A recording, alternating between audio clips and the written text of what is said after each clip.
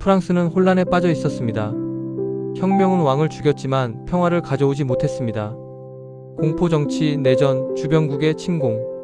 백성들은 자유를 얻었지만 안전을 잃었습니다. 그런 시대에 한 이름이 떠올랐습니다. 나폴레옹 보나파르트.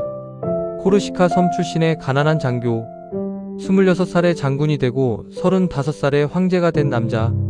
그는 천재였을까요? 아니면 운이 좋았을까요? 그는 영웅이었을까요? 아니면 독재자였을까요? 오늘 우리는 묻습니다. 영웅은 어떻게 만들어지는가? 프랑스는 영웅을 필요로 했고 전쟁은 그 이름을 준비하고 있었습니다. 1789년 프랑스 혁명이 일어났습니다. 왕정은 무너졌고 새로운 세계가 약속되었습니다. 자유, 평등, 박애. 하지만 현실은 달랐습니다. 혁명 정부는 분열했습니다. 온건파와 급진파가 서로를 숙청했습니다. 로베스피에르의 공포정치 시대, 단두대는 매일 일했습니다. 바깥에서는 전쟁이 일어났습니다. 오스트리아, 프로이센, 영국. 유럽의 왕들은 프랑스 혁명을 두려워했습니다. 혁명이 자기 나라로 퍼질까봐. 그들은 프랑스를 공격했습니다. 프랑스는 사방이 적이었습니다. 내부는 혼란, 외부는 전쟁. 이 혼돈 속에서 한 가지만 질서를 유지했습니다. 군대였습니다. 혁명 프랑스는 징집제를 도입했습니다. 수십만 명의 젊은이들이 군복을 입었습니다. 그들은 더 이상 왕을 위해 싸우지 않았습니다. 조국을, 혁명을, 자유를 지키기 위해 싸웠습니다. 새로운 시대는 새로운 장교들을 원했습니다. 귀족 출신이 아니어도 능력만 있다면 진급할 수 있었습니다. 그 기회의 문 앞에 나폴레옹이 서 있었습니다. 1769년 코르시카 섬. 나폴레옹 보나파르트는 소귀족 가문에서 태어났습니다. 부유하지 않았지만 교육은 받을 수 있었습니다. 10살에 프랑스 본토로 유학을 갔습니다. 군사학교에서 그는 외로웠습니다. 키가 작고 억양이 달랐습니다. 학우들은 그를 코르시카인이라고 놀렸습니다. 하지만 그는 책을 읽었습니다. 수학, 전술, 역사, 철학. 특히 알렉산드로스 대왕과 율리우스 카이사르의 이야기를. 16살에 포병 장교로 임관했습니다. 그는 뛰어난 전술가였지만 기회는 오지 않았습니다. 혁명이 그 기회를 만들었습니다. 1793년 툴롱 포위전. 영국군이 툴롱 항구를 점령했습니다. 혁명 정부는 이 도시를 되찾아야 했습니다. 24살의 나폴레옹이 투입되었습니다. 그는 포병 지휘관이었습니다. 그는 지형을 연구했습니다. 항구를 내려다보는 고지를 점령하면 영국 함대를 대포로 공격할 수 있다는 것을 알았습니다. 그는 밤새 대포를 끌어올렸습니다. 그리고 영국군을 몰아냈습니다. 툴롱은 함락되었습니다. 나폴레옹은 하루아침에 영웅이 되었습니다. 24살의 준장. 이것이 시작이었습니다. 1796년 프랑스 정부는 결정을 내렸습니다. 오스트리아를 이탈리아에서 공격하겠다고. 그들은 26살의 나폴레옹을 이탈리아 원정군 사령관으로 임명했습니다. 누구도 그에게 기대하지 않았습니다. 이탈리아 군대는 오합지졸이었습니다. 보급품도 부족했고 사기도 낮았습니다. 나폴레옹은 첫 연설에서 말했습니다. 병사들이여, 당신들은 가난하고 굶주려 있소. 나는 당신들을 유럽에서 가장 비옥한 평원으로 이끌겠소. 거기에는 위대한 도시들과 풍요로운 지방이 있소. 승리를 약속하는 것이 아니라 보상을 약속한 것입니다. 병사들은 따랐습니다. 나폴레옹의 전술은 달랐습니다. 속도, 기동력, 집중. 전통적인 전쟁은 느렸습니다. 대군이 천천히 이동하고 보급선을 유지하며 싸웠습니다. 나폴레옹은 달랐습니다. 그는 군대를 빠르게 이동시켰습니다. 적이 예상하지 못한 곳에 나타났습니다.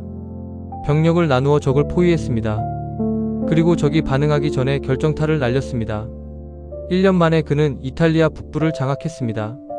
오스트리아는 항복했습니다. 승리 소식이 파리로 전해졌습니다. 신문은 나폴레옹을 영웅으로 묘사했습니다. 알프스를 넘은 새로운 한니발, 로마를 정복한 카이사르의 재림. 나폴레옹 자신도 이 이미지를 가꾸었습니다. 그는 언론을 활용했습니다.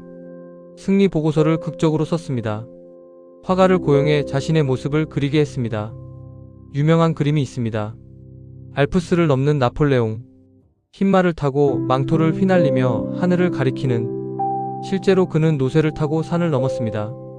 하지만 사람들은 그림을 믿었습니다. 영웅 서사가 만들어지고 있었습니다. 나폴레옹은 왜 병사들의 사랑을 받았을까요? 그는 엄격했지만 함께 있었습니다. 전투 전날 밤 그는 병영을 돌아다녔습니다. 병사들과 대화했습니다. 이름을 기억했습니다. 자네 마렌고 전투에서 싸웠지? 자네 고향은 어디인가? 병사들은 느꼈습니다. 이 사령관은 우리를 안다고, 우리를 숫자가 아닌 사람으로 본다고. 나폴레옹은 또한 공정했습니다.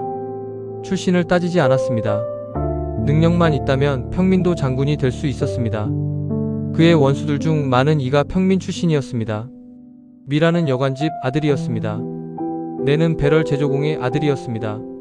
내 군대에서는 모든 병사가 원수의 지휘봉을 배낭에 넣고 다닌다. 나폴레옹이 한 말입니다.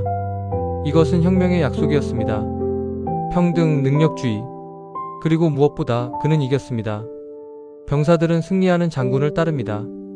하지만 여기에는 그림자가 있었습니다. 승리는 끝없는 전쟁을 의미했습니다. 1799년 나폴레옹은 이집트에 있었습니다. 파리의 정세는 불안했습니다. 총재 정부는 부패했고 무능했습니다. 경제는 나빠지고 사람들은 지쳤습니다. 나폴레옹은 몰래 프랑스로 돌아왔습니다. 11월 9일, 브리메르 18일, 나폴레옹은 쿠데타를 일으켰습니다. 의회를 해산시키고 총재 정부를 무너뜨렸습니다. 그리고 새로운 정부, 통령 정부를 수립했습니다. 나폴레옹은 제1통령이 되었습니다. 이것은 합법적인 권력 이양이 아니었습니다. 이것은 군사 쿠데타였습니다.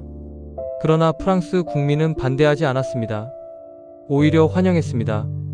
왜일까요? 사람들은 지쳐 있었습니다. 10년간의 혼란, 전쟁, 불안정. 그들은 강한 지도자를 원했습니다. 나폴레옹은 약속했습니다. 질서, 안정, 영광. 그리고 그는 실행했습니다. 법전을 정비했습니다. 나폴레옹 법전. 경제를 안정시켰습니다. 프랑스 은행을 설립했습니다. 교육을 개혁했습니다. 리세 제도를 만들었습니다. 1804년 국민투표가 실시되었습니다. 나폴레옹을 황제로 추대할 것인가? 300만 표 이상이 찬성했습니다. 12월 2일 파리 노트르담 대성당. 나폴레옹은 스스로 왕관을 썼습니다. 교황이 아니라 자신이. 혁명은 왕을 죽였지만 혁명은 황제를 탄생시켰습니다. 영웅은 권력자가 되었습니다. 나폴레옹의 제국은 확장되었습니다. 오스트리아를 이겼습니다. 아우스터리츠 전투, 프로이센을 무너뜨렸습니다. 예나 전투, 러시아와 화친했습니다. 틸지트 조약, 유럽의 대부분이 프랑스의 영향 아래 놓였습니다. 지도를 보십시오. 프랑스 제국은 이베리아 반도에서 폴란드까지 뻗어 있었습니다. 이것은 승리의 역사였습니다. 하지만 동시에 전쟁의 역사였습니다. 나폴레옹이 황제였던 10년 동안 프랑스는 단 한 해도 평화롭지 않았습니다. 병사들은 계속 싸워야 했습니다. 독일, 이탈리아, 스페인, 폴란드, 러시아. 수십만 명이 죽었습니다. 프랑스의 젊은이들은 전쟁터로 끌려갔습니다. 징집 명령이 계속 내려왔습니다. 어머니들은 아들을 보내고 다시는 보지 못했습니다. 승리는 영광을 가져왔습니다. 하지만 승리는 더 많은 전쟁을 요구했습니다. 영웅 서사는 끝나지 않는 승리가 필요했기 때문입니다. 나폴레옹은 멈출 수 없었습니다. 멈추는 순간 그는 더 이상 영웅이 아니었습니다. 그는 평화를 만들 수 없었습니다. 영국은 항복하지 않았습니다. 나폴레옹은 영국을 경제적으로 고립시키려 했습니다. 대륙봉쇄령을 내렸습니다. 유럽의 모든 나라가 영국과 교역하지 말라고. 하지만 이것은 유럽 경제를 망쳤습니다. 사람들은 불만을 가졌습니다. 제국의 균열이 시작되었습니다. 1812년 나폴레옹은 마지막 도박을 했습니다. 러시아 원정. 러시아 황제 알렉산드르 1세는 대륙 봉쇄를 지키지 않았습니다. 나폴레옹은 참을 수 없었습니다. 그는 60만 명의 대군을 모았습니다. 역사상 가장 큰 군대였습니다. 6월 프랑스군은 러시아 국경을 넘었습니다. 나폴레옹은 자신했습니다. 한두 번의 큰 전투에서 이기면 러시아는 항복할 것이라고. 하지만 러시아군은 싸우지 않았습니다. 그들은 후퇴했습니다. 계속 후퇴했습니다. 프랑스군은 추격했습니다. 끝없는 평원을 가로질러. 보급선은 길어졌습니다. 식량이 부족해졌습니다. 병사들은 지쳤습니다. 그리고 러시아군은 땅을 불태웠습니다. 조토화 작전. 프랑스군이 먹을 것을 남기지 않았습니다. 9월 보로디노 전투. 프랑스군은 이겼지만 대가가 컸습니다. 3만 명이 죽었습니다. 나폴레옹은 모스크바에 입성했습니다. 하지만 도시는 비어 있었습니다. 그리고 불이 났습니다. 나폴레옹은 기다렸습니다. 러시아 황제가 항복 제안을 해오기를. 아무도 오지 않았습니다. 10월 겨울이 다가왔습니다. 나폴레옹은 후퇴를 명령했습니다. 그것은 전쟁이 아니라 재앙이었습니다. 겨울의 러시아 평원. 영하 30도의 추위, 굶주림과 질병. 병사들은 얼어 죽었습니다. 말들이 쓰러졌습니다. 러시아 코사크 기병이 후미를 공격했습니다. 60만 대군 중 프랑스로 돌아온 병사는 5만 명도 되지 않았습니다. 나폴레옹의 신화는 무너졌습니다. 러시아 원정 실패 후 유럽이 들고 일어났습니다. 오스트리아, 프로이센, 러시아, 스웨덴 모두가 프랑스를 공격했습니다. 나폴레옹은 끝까지 싸웠습니다. 하지만 숫자의 열세를 극복할 수 없었습니다. 1814년 4월 그는 퇴위했습니다. 엘바 섬으로 유배되었습니다. 유럽의 왕들은 안도했습니다. 나폴레옹의 시대는 끝났다고. 하지만 1815년 3월 나폴레옹은 엘바를 탈출했습니다. 1000명의 병사를 이끌고 프랑스 남부에 상륙했습니다. 파리로 진군했습니다. 루이 18세는 군대를 보냈습니다. 나폴레옹을 막으라고. 하지만 병사들은 나폴레옹을 보자 환호했습니다. 황제 폐하 만세. 그들은 무기를 버리고 나폴레옹의 군대에 합류했습니다. 나폴레옹은 다시 파리에 입성했습니다. 한 방울의 피도 흘리지 않고 100일 천하가 시작되었습니다. 하지만 유럽은 다시 연합군을 만들었습니다. 이번에는 끝장을 보기로 했습니다. 6월 18일 벨기에 워털루. 나폴레옹과 영국의 웰링턴 공작이 맞붙었습니다. 하루 종일 치열한 전투가 벌어졌습니다. 저녁 프로이센군이 나폴레옹의 측면을 공격했습니다. 프랑스군은 무너졌습니다. 나폴레옹은 패배했습니다. 이번에는 엘바가 아니었습니다. 세인트 헬레나 섬.